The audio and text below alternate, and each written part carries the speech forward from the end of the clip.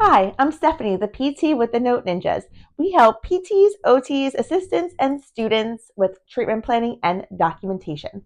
So today we are going to work on ankle dorsiflexion, also hip abduction, adduction, and hip flexion, all with using cups. So I am going to be sitting on this bench and I have the cups laid out so the opening is facing me. I am going to place my foot in here, dorsiflex my ankle, and bring it to the side. Bring my foot in, dorsiflex my ankle so I can move it and place it. This really helps with dorsiflexion, which is great for ambulation, mobility, balance, ADLs. Really, a lot of us neglect the ankles, and they are so important for everything our patients do in their daily lives. And when I was doing this, if I am reaching to the side and bringing it to the other side, I am also working my hip.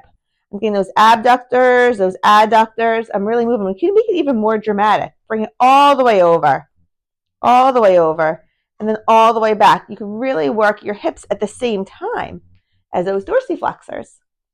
Another thing we can do with this to work our hip flexors even more is put our ankle in, dorsiflex again, and then bring it up.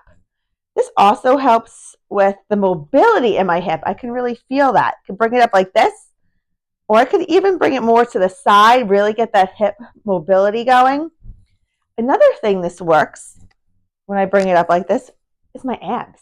Definitely feel this in my core. So you can tell your patient to contract their abs and bring up the cone and reach straight down for it. Really gets that core mobility as well.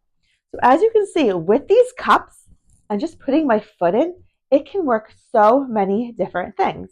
And then be specific. What exercise did you do for what functional activity? And does your patient require cues? That shows your skill. And this could be engaging, a little bit more fun than just regular exercises, doing 2 of 15 hip flexion or something like that. So I hope this helped. Make sure to follow the Note Ninjas for more treatment ideas and documentation tips.